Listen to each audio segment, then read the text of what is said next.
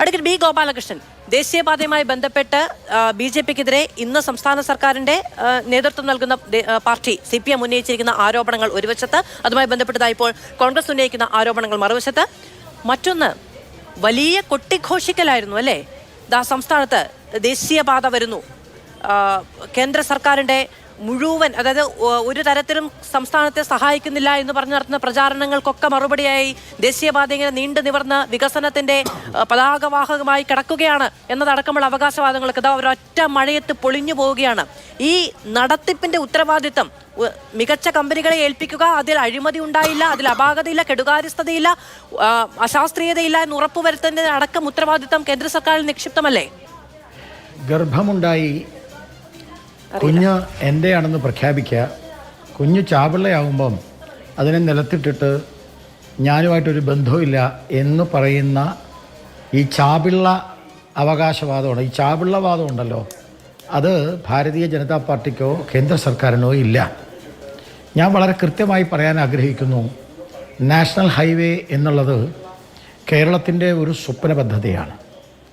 കേന്ദ്ര സർക്കാർ 2014 ശേഷം നരേന്ദ്രമോദി അധികാരത്തിൽ വന്നതിന് ശേഷം ഇന്ത്യയിലെ ഹൈവേയിൽ നിർമ്മാണത്തിലുണ്ടായിട്ടുള്ള വലിയ വർധനവ് ഏതാണ്ട് 60% 10 വർഷത്തിൻ്റെ ഉള്ളിൽ ഇന്ത്യയിൽ ഹൈവേ നിർമ്മാണത്തിൽ വർധനമുണ്ടായിരിക്കുന്നത്.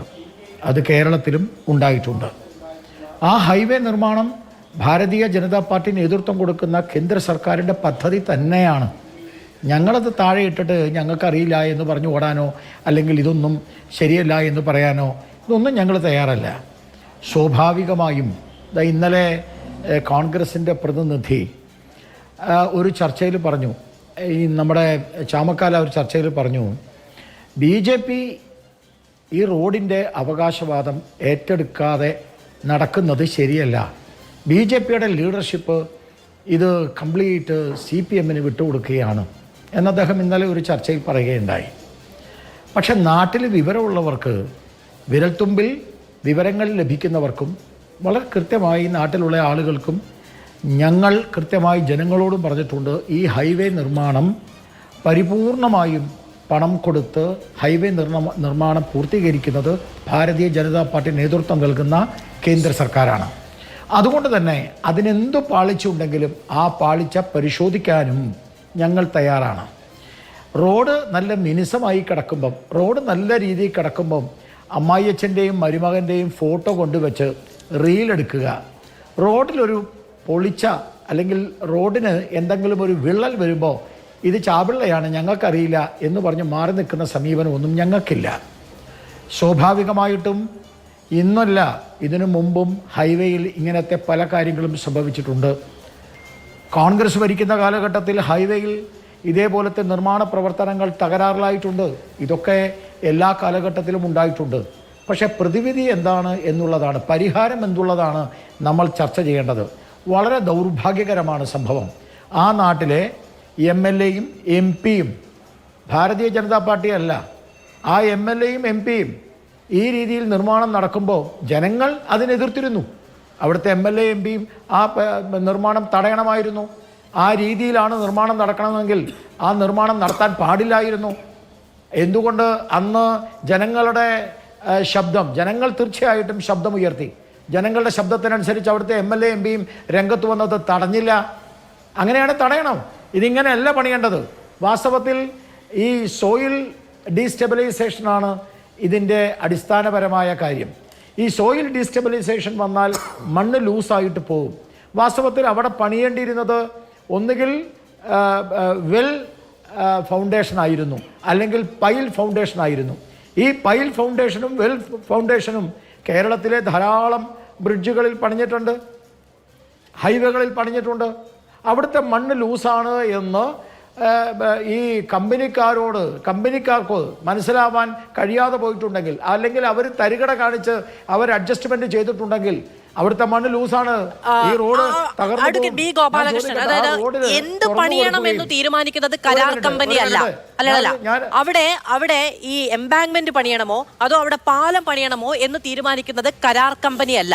അത് NHA ആണ്. അവരാണ് അവിടെ മണ്ണ് പരിശോധന നടത്തേണ്ടത്, അവരാണ് ഡിസൈൻ നടപ്പിലാക്കുന്നത്, DPR ഉണ്ടാക്കുന്നത്, എല്ലാം ആരാണ്? NHA ആണ്. അതിനുശേഷം കരാർ കമ്പനിക്കാർ അത് ചെയ്തില്ല ഇത് ചെയ്തില്ല എന്ന് പറഞ്ഞാൽ അവരുടെ തലയിൽ വെച്ച് കൊടുക്കുന്നത് മുട്ടായുക്തിയല്ലേ? നിങ്ങൾ NHA പറഞ്ഞോന്ന് എന്താ കുഴപ്പമോ? ഞാൻ പറഞ്ഞത് NHA ആയാലും ശരി, നാഷണൽ ഹൈവേ അതോറിറ്റി ആയാലും ശരി, കരാർ കമ്പനിക്കാരായാലും ശരി, എങ്ങനെ പണിയണം എന്നുള്ളതിനെക്കുറിച്ച് അവിടുത്തെ മണ്ണിൻ്റെ സോയിലിൻ്റെ ഡീസ്റ്റെബിലൈസേഷൻ കൃത്യമായി മനസ്സിലാക്കാൻ അവർ ശ്രമിക്കാതിരിക്കുകയോ അല്ലെങ്കിൽ ഒരു തട്ടിപ്പിൻ്റെ പേരിൽ അവർ ആ രീതിയിൽ ചെയ്യുകയോ ചെയ്തിട്ടുണ്ടാവാം. ഞാനത് നിഷേധിക്കുന്നില്ല. ഞാൻ ചോദിക്കുന്നത് ഈ കാര്യങ്ങൾ അറിയുന്ന MPയും MLAയും അവിടെ ഇല്ലേ? എന്തേ അവർ രംഗത്ത് വന്ന് തടഞ്ഞില്ല? ഒരു റോഡ് വീഴുമ്പോൾ അല്ലെങ്കിൽ റോഡിൽ പ്രശ്നം ഉണ്ടാകുമ്പോൾ പ്രതിഷേധിക്കാൻ മാത്രമല്ല, എൻ്റെ നാട്ടിൽ കൂടി റോഡ് പോകുമ്പം ആ റോഡിൽ കൃത്യമായിട്ടുള്ള സിമെൻറ്റും മണലും അല്ലെങ്കിൽ ടാറും ഇല്ലെങ്കിൽ അത് ചോദിക്കേണ്ട ചുമതല എനിക്കുണ്ട്, അവിടുത്തെ MLAക്കുണ്ട്, അവിടുത്തെ MPക്കുണ്ട്. ഇവരാരെങ്കിലും ആ രീതിയിൽ ഇന്ന സ്ഥലത്ത് ഇന്ന രീതിയിൽ പണിയണം, ഇല്ലെങ്കിൽ ഇത് തകരാറാണ് എന്ന് പറഞ്ഞു. പല യോഗങ്ങളുടെ ഭാഗമാവുകയും ഒക്കെ ചെയ്തിട്ടുണ്ട്. അത് നമുക്ക് CPMന്റെ പ്രതിനിധിയോട് ചോദിക്കാം. പക്ഷെ അവർ പോയി പരിശോധിക്കാത്തത് കൊണ്ടാണ്, അവർ പോയി മണ്ണ് പരിശോധന നടത്താത്തതുകൊണ്ടാണ്, അവർ പോയി കൃത്യമായ അളവിലാണോ പ്രഷറിലാണോ ഇത് ചെയ്യുന്നത് എന്ന് നോക്കാത്തത് കൊണ്ടാണ് ഈ സംഭവം ഉണ്ടായതെന്ന് പറയാൻ കഴിയില്ലോ. ആത്യന്തികമായ നിർമ്മാണ ഉത്തരവാദിത്തം ആരുടെ ഭാഗത്താണ് കിടക്കുന്നത് എന്നതിന് മറ്റുള്ളവരുടെ നേർക്ക് വിരൽ ചൂണ്ടിയാൽ പരിഹാരമാവുന്ന ഒന്നാണോ? അതാണ് എനിക്ക് പറയാനുള്ളത്. ഒരു കാരണവശാലും വേറൊരാളുടെ മുന്നിലേക്ക് വിരൽ ചൂണ്ടുന്ന ഈ ഇടതുപക്ഷക്കാരുടെ ഏർപ്പാട് ഞങ്ങൾക്കില്ല. അതുകൊണ്ടാണ് വളരെ പ്രധാനപ്പെട്ട തീരുമാനമെടുത്തത്. GV റാവുവിൻ്റെ നേതൃത്വത്തിൽ വിദഗ്ധ സംഘം വരുന്നു എന്ന് മാത്രമല്ല, ഏതൊക്കെ രീതിയിലാണ് റോഡ് നിർമ്മാണത്തിൽ പരിഹാരം അത് കണ്ടെത്താൻ തീരുമാനിക്കുന്നു. അതുമാത്രമല്ല, ഈ കമ്പനിയെ ഡീബാർ ചെയ്തു, അത് പോട്ടെ. ഈ ഡീബാർ ചെയ്ത ഈ കമ്പനി ഏതെങ്കിലും തരത്തിൽ പണിഞ്ഞിട്ടുള്ള എല്ലാ റോഡുകളും അത് എവിടെയൊക്കെയാണോ അറ്റകുറ്റപ്പണി വേണ്ടത്, എവിടെയൊക്കെയാണോ സംസ്ഥാന ഗവൺമെൻറ്റോ പ്രതിപക്ഷമോ കാണിച്ചു തരുന്നത്, അവിടെയെല്ലാം വീണ്ടും പുനഃപരിശോധനയ്ക്ക് വിധേയമാക്കണം എന്ന തീരുമാനമാണ് നാഷണൽ ഹൈവേ അതോറിറ്റി എടുത്തിരിക്കുന്നത്.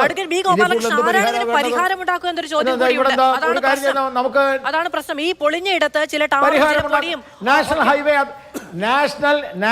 നാഷണൽ നിങ്ങൾ അങ്ങനെ പോലെന്ന് അങ്ങനെ വെറുതെ ഈ മാതൃഭൂമിയുടെ വായനക്കാരെ നിങ്ങൾ തെറ്റിദ്ധരിപ്പിക്കല്ലേ. പരിഹാരമുണ്ടാക്കുന്നത് നാഷണൽ ഹൈവേ അതോറിറ്റിയും കേന്ദ്ര സർക്കാരും പരിഹാരം ഉണ്ടാക്കും. ഞങ്ങളാണ് പണിഞ്ഞതെങ്കിൽ ഞങ്ങൾ പരിഹാരം ഉണ്ടാക്കും. അല്ലാണ്ട് ഇടതുപക്ഷക്കാരന്മാരെ ഇട്ടിട്ട് പോകുന്ന പരിപാടിയൊന്നും ഞങ്ങൾക്കില്ല. ഈ പൊളിഞ്ഞു പോയതിനും ഒലിച്ചു പോയതിന്റെയും ഇടിഞ്ഞു പോയതിന്റെയും പണം ജനത്തിന്റെ നികുതിയിൽ നിന്ന് എടുത്തിട്ടാണല്ലോ. അതല്ലാതെ സ്വന്തം ഫണ്ടും സ്വന്തം സോഴ്സും മറ്റൊന്നുമില്ലല്ലോ ഈ നാഷണൽ ഹൈവേ അതോറിറ്റിയുടെ ഉദ്യോഗസ്ഥർക്കൊന്നും. ഈ പണം ഈ വെള്ളത്തിൽ ഒലിച്ചു പോയ പണം ആരുടെ പോക്കറ്റിൽ നിന്ന് കണ്ടെടുക്കും എന്നാണ് ഞാൻ ചോദിക്കാൻ വന്നത്.